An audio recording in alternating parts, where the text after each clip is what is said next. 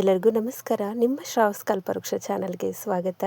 ಇವತ್ತಿನ ರೆಸಿಪಿ ನೇರಳೆ ಹಣ್ಣಿನ ಸೀಸನ್ ಆಗಿರೋದ್ರಿಂದ ನೇರಳೆ ಹಣ್ಣಿನ ಐಸ್ ಕ್ರೀಮ್ನ ಯಾವ ರೀತಿ ಮಾಡೋದು ಅಂತ ನೋಡೋಣ. ಈ ಐಸ್ ಕ್ರೀಮ್ ಮಾಡಲಿಕ್ಕೆ 3 ಪದಾರ್ಥ ಸಾಕು.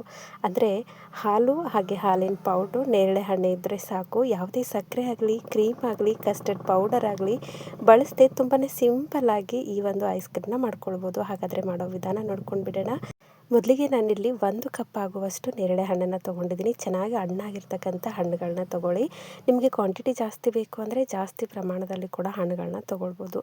ಇವಾಗ ಈ ತೊಗೊಂಡಿರ್ತಕ್ಕಂಥ ಹಣ್ಣುಗಳನ್ನು ನಾವು ಬೀಜ ತೆಗೆದು ಸಿಪ್ಪೆ ಮಾತ್ರ, ಅಂದರೆ ತಿರುಳು ಮಾತ್ರ ಬಳಸ್ಕೊಳ್ಬೇಕು. ಹಾಗಾಗಿ ಇದರ ಒಂದು ತಿರುಳನ್ನ ಮಾತ್ರ ತೆಕ್ಕೊಳ್ಳೋಣ. ನೋಡಿ, ಈ ರೀತಿ ಎಲ್ಲ ಹಣ್ಣುಗಳಲ್ಲಿರ್ತಕ್ಕಂಥ ಬೀಜನ ನಾವು ಸಪ್ರೇಟ್ ಮಾಡ್ಕೊಳ್ಬೇಕು. ಜಸ್ಟ್ ಈ ರೀತಿ ತಿರುಳನ್ನ ತಕ್ಕೊಂಡ್ರೆ ಸಾಕು. ಈ ಒಂದು ತಿರುಳು ಅಥವಾ ಈ ಒಂದು ನೇರಳೆ ಹಣ್ಣಿನ ಪಲ್ಪಿಂದ ನಾವು ಐಸ್ ಕ್ರೀಮ್ನ ಮಾಡ್ಕೊಳ್ಬೇಕು. ಹಾಗಾಗಿ 1 ಕಪ್ ನೇರಳೆ ಹಣ್ಣಿನ ಪಲ್ಪ್ನೆಲ್ಲರೂ ತೆಗೆದಿಟ್ಕೊಂಡಿದ್ದೀನಿ. ನೋಡಿ, ಇಷ್ಟು ಅಂದರೆ 1 ಕಪ್ಪಲ್ಲಿ ಅರ್ಧ ಕಪ್ ಆಗುವಷ್ಟು ತಿರುಳು ಬಂದಿದೆ. ಇವಾಗ ಈ ಒಂದು ನೇರಳೆ ಹಣ್ಣಿನ ತಿರುಳನ್ನು ನಾನು ಒಂದು ಮಿಕ್ಸರ್ ಜಾರಿಗೆ ಸೇರಿಸ್ಕೊಳ್ತಿದ್ದೀನಿ. ಇದ್ರ ಜೊತೆಗೆ ನಾನಿಲ್ಲಿ ಅರ್ಧ ಗಂಟೆ ಮುಂಚಿತವಾಗಿ ಒಂದು 4ರಿಂದ 5 ಗೋಡಂಬಿನ ನೆನೆಸಿಟ್ಕೊಂಡಿದ್ದೆ, ಅದನ್ನು ಕೂಡ ಸೇರಿಸ್ಕೊಂಡಿದ್ದೀನಿ. ಇದು ಕಂಪ್ಲೀಟಾಗಿ ಆಪ್ಷನಲ್ಲು. ಈ ರೀತಿ ಸೇರಿಸ್ಕೊಂಡಾದಮೇಲೆ ಇದನ್ನು ತರಿಯಾಗಿ ರುಬ್ಕೊಂಡು ಬರೋಣ. ನೋಡಿ, ಈ ರೀತಿ ರುಬ್ಬಿದರೆ ಸಾಕು. ತೀರಾ ನೈಸ್ ಆಗೋದೇನು ಬೇಡ. ಮತ್ತೆ ಹಾಲು ಹಾಕಿ ರುಬ್ಕೊಳ್ಳೋದ್ರಿಂದ ಇಷ್ಟಾದರೆ ಸಾಕು. ಕಲರ್ ಕೂಡ ನೋಡ್ತಿರ್ಬೋದು, ನ್ಯಾಚುರಲ್ ಆಗಿರ್ತಕ್ಕಂಥ ಕಲರಲ್ಲೇ ಈ ಐಸ್ ಕ್ರೀಮ್ನ ನಾವು ಮಾಡ್ಕೊಳ್ಬೋದು.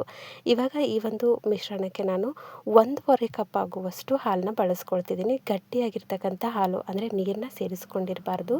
ನೀರು ಸೇರಿಸದೆ ಕಾಯಿಸಿರ್ತಕ್ಕಂಥ ಗಟ್ಟಿಯಾಗಿರ್ತಕ್ಕಂಥ 1.5 ಕಪ್ ಆಗುವಷ್ಟು ಹಾಲನ್ನ ಬಳಸ್ಕೊಂಡಿದ್ದೀನಿ. ಹಾಗೆ ಅರ್ಧ ಕಪ್ ಆಗುವಷ್ಟು ಇಲ್ಲಿ ನಾನು ಮಿಲ್ಕ್ ಪೌಡರ್ ಬಳಸ್ಕೊಂಡಿದ್ದೀನಿ. ಬೇಕು ಅಂದರೆ 1 ಕಪ್ ಕೂಡ ಬಳಸ್ಕೊಳ್ಬೋದು. ಈ ರೀತಿ ಹಾಕಾದ್ಮೇಲೆ ಒಂದ್ಸರಿ ಕೈ ಆಡಿಸ್ಕೊಳ್ಳಿ. ನಂತರ ಅರ್ಧ ಕಪ್ ಆಗುವಷ್ಟು ಬೆಲ್ಲನ ಸೇರಿಸ್ಕೊಳ್ತಿದ್ದೀನಿ. ಬೇಕು ಅಂದರೆ ಸಕ್ಕರೆ ಕೂಡ ಸೇರಿಸ್ಕೊಳ್ಬೋದು. ಹಾಗೆ ಶುಗರ್ ಕಾಯಿಲೆ ಏನಾದರೂ ಇರೋರು ಈ ಐಸ್ ಕ್ರೀಮ್ ತಿನ್ನೋದಾಯಿತು ಅಂತಂದರೆ ಬೆಲ್ಲ ಇರಲಿ, ಸಕ್ಕರೆ ಇರಲಿ ಸ್ಕಿಪ್ ಮಾಡ್ಕೊಳ್ಳಿ. ನೇರಳೆ ಹಣ್ಣು ಬಂದು ಶುಗರ್ ಕಾಯಿಲೆ ಇರೋರಿಗೆ ತುಂಬಾ ಇಂಪಾರ್ಟೆಂಟು, ಮುಖ್ಯವಾಗಿರ್ತಕ್ಕಂಥ ಹಣ್ಣು. ಹಾಗಾಗಿ ಶುಗರ್ನ ಕಂಟ್ರೋಲ್ ಮಾಡುತ್ತೆ. ಈ ರೀತಿ ಬೆಲ್ಲ ಅಥವಾ ಸಕ್ಕರೆನ ಸೇರಿಸದೆ ಈ ಐಸ್ ಕ್ರೀಮ್ನ ಮಾಡ್ಕೊಳ್ಬೋದು. ಇವಾಗ ಒಂದ್ಸರಿ ಈ ರೀತಿ ಕೈ ಆಡಿಸ್ಕೊಳ್ಳೋಣ. ಕೈ ಆಡಿಸಿದ ನಂತರ ಇದನ್ನು ನಾವು ಮತ್ತೆ ರುಬ್ಕೊಳ್ಬೇಕು. ಆನ್ ಆ್ಯಂಡ್ ಆಫ್ ಮಾಡ್ತಾ ಒಂದು 2-3 ಸರಿ ಈ ರೀತಿ ನಾವು ರುಬ್ಕೊಂಡು ಬರೋಣ.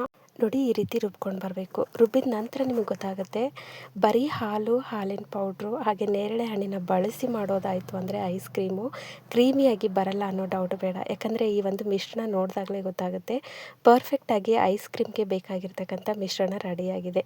ಈ ರೀತಿ ಇತ್ತು ಅಂದರೆ ಸಾಕು, ಕ್ರೀಮಿಯಾಗಿ ಐಸ್ ಕ್ರೀಮ್ ಬರುತ್ತೆ. ಕೆಲವೊಂದು ಸರಿ ನೀವು ಕ್ಯಾಂಡಿ ಆಗಿಬಿಡುತ್ತೆ ಅನ್ನೋ ಭಯ ನಿಮಗೆ ಬೇಡ. ಯಾಕಂದರೆ ಇಲ್ಲಿ ನಾವು ಗೋಡಂಬಿ ಬಳಸಿದ್ದೀವಿ, ಅದರ ಜೊತೆಗೆ ನೇರಳೆ ಹಣ್ಣಿನ ಪಲ್ಪ್ ಬಳಸಿದ್ದೀವಿ, ಹಾಲಿನ ಪೌಡ್ರ್ ಬಳಸಿರೋದ್ರಿಂದ ಯಾವುದೇ ಕ್ರೀಮ್ ಹಾಕದೆ, ಕಸ್ಟರ್ಡ್ ಪೌಡ್ರ್ ಹಾಕದೆ ಐಸ್ ಕ್ರೀಮು ಕ್ರೀಮಿಯಾಗಿ ಬರುತ್ತೆ. ನಾನಿಲ್ಲಿ ಒಂದು ಸ್ಟೀಲ್ ಬಾಕ್ಸಿಗೆ ಈ ಒಂದು ಮಿಶ್ರಣನ ತಗೊಳ್ತಿದ್ದೀನಿ. ನೋಡಿ, ಸ್ಟೀಲ್ ಬಾಕ್ಸ್ ತೊಗೊಳ್ಳುವಾಗ ಟೈಟಾಗಿ ಮುಚ್ಚೋಕೆ ಬರಬೇಕು. ಆ ರೀತಿಯಲ್ಲಿರ್ತಕ್ಕಂಥ ಒಂದು ಸ್ಟೀಲ್ ಬಾಕ್ಸ್ನ ತೊಗೊಳ್ಳಿ. ಲಂಚ್ ಬಾಕ್ಸಿಗೆ ಕೂಡ ಹಾಕ್ಕೊಳ್ಬೋದು, ಅಥವಾ ನಿಮ್ಮಲ್ಲಿ ಗ್ಲಾಸ್ ಬಾಕ್ಸ್ ಇತ್ತು ಅಂದರೆ ಅದಕ್ಕೆ ಕೂಡ ಸೇರಿಸ್ಕೊಳ್ಬೋದು. ಈ ರೀತಿ ರುಬ್ಬಿ ಇಟ್ಕೊಂಡಿರ್ತಕ್ಕಂಥ ನೇರಳೆ ಹಣ್ಣಿನ ಮಿಶ್ರಣನ ಬಾಕ್ಸಿಗೆ ಸೇರಿಸ್ಕೊಳ್ಳಿ.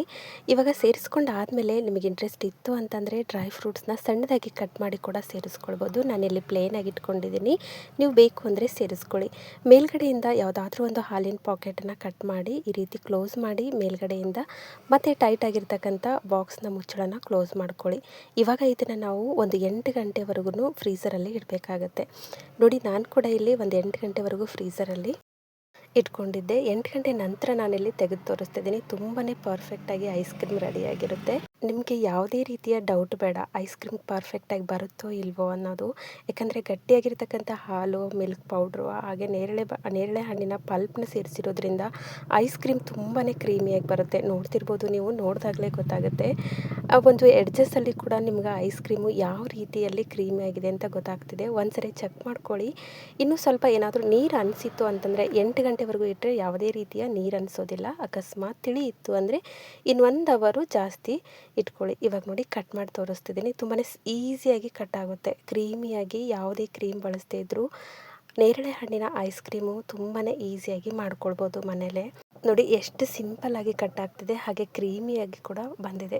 ಮೇಲ್ಗಡೆಯಿಂದ ಒಂದು ಸ್ವಲ್ಪ ಒಂದು 2-3 ಮತ್ತೆ ನೇರಳೆ ಹಣ್ಣಿನ ಪೀಸಸ್ನ ಅಥವಾ ಪಲ್ಪ್ನ ಸೇರಿಸ್ಕೊಂಡಿದ್ದೀನಿ. ಪ್ರತಿ ಒಂದು ಕಟ್ಟಲ್ಲಿ ನಾನು ನಿಮಗೆ ತೋರಿಸ್ತೀನಿ ಐಸ್ ಕ್ರೀಮ್ ಯಾವ ರೀತಿಯಲ್ಲಿ ಬಂದಿದೆ ಅಂತ. ಹಾಗೆ ಆ ಒಂದು ಕ್ರೀಮಿ ನೋಡಿ, ಕೈಯಿಂದ ಮುಟ್ಟಿದಾಗಲೇ ಗೊತ್ತಾಗುತ್ತೆ ನಿಮಗೆ ಎಷ್ಟು ಕ್ರೀಮಿ ಆಗಿದೆ ಅಂತ. ಈ ರೀತಿ ಕ್ರೀಮಿಯಾಗಿ ಬರಬೇಕು ಅಂತಂದರೆ ಕ್ರೀಮೇ ಬೇಕು ಅಂತೇನಿಲ್ಲ.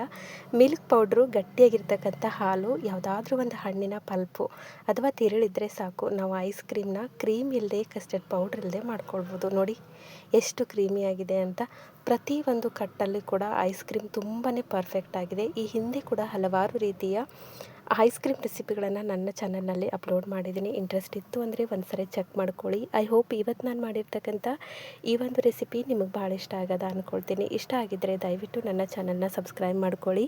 ಹಾಗೆ ಈ ಒಂದು ರೆಸಿಪಿನ ನಿಮ್ಮ ಫ್ರೆಂಡ್ಸ್ ಆ್ಯಂಡ್ ಫ್ಯಾಮಿಲಿಗೆ ಶೇರ್ ಮಾಡಿ. ನಾಳೆ ಮತ್ತೊಂದು ಹೊಸ ರೆಸಿಪಿಯೊಂದಿಗೆ ಸಿಗೋಣ. ಧನ್ಯವಾದ.